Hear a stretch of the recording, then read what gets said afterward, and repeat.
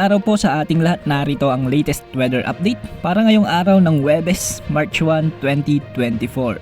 Umiihip pa rin sa ngayon ang northeast monsoon na siyang nakakaapekto sa northern at central Luzon, habang easterlies naman sa natitira pang bahagi ng Pilipinas. Kaya ngayon ay makararanas ng mainit na panahon at may mga pulupulong mga pag-ulan sa ilang lugar sa bansa dahil naman sa epekto ng easterlies o ng mga localized thunderstorms. Base sa ating latest satellite animation, mapapansin na malinis o walang kaulapan sa kalangitan sa loob at sa paligid ng Philippine Area of Responsibility at wala tayong inaasahang bagyo o low pressure area na papasok hanggang sa darating na weekend, maliban na lamang sa eastern at southern portion ng Mindanao na siyang makararanas ng mga pag-ulan dahil sa epekto ng paparating na isang tropical wave.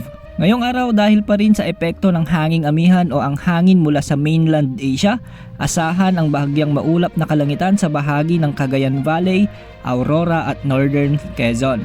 Samantalang bahagyang maulap hanggang sa maulap na papawirin naman na may mga pulupulong mahinang pag-ulan ang mararanasan sa rehiyon ng Ilocos at Cordillera Region dulot naman ng amihan. At dahil din sa amihan, makararanas ang mga nasabing rehiyon ng preskong panahon mula umaga hanggang sa tanghali ngayong araw, pero pagsapit ng hapon at gabi ay may mga inaasahan na lang like rains at ilang localized thunderstorms. Sa mga kababayan natin sa Southern Luzon at Metro Manila, magiging bahagyang maulap hanggang sa maulap ang kalangitan sa susunod na 24 oras dahil yan sa epekto ng easterlies o ang mainit na hangin mula sa dagat Pasipiko. Dito naman sa bahagi ng Bicol Region kasama ang Marinduque at Oriental Mindoro ay asahan ang mahihinang tsansa ng pag-ulan sa hapon at gabi dulot ng easterlies o ng mga localized thunderstorms. Samantalang sa bahagi ng Visayas ay magiging maaraw na minsan ay may mga kalat-kalat na pag-ulan ngayong araw.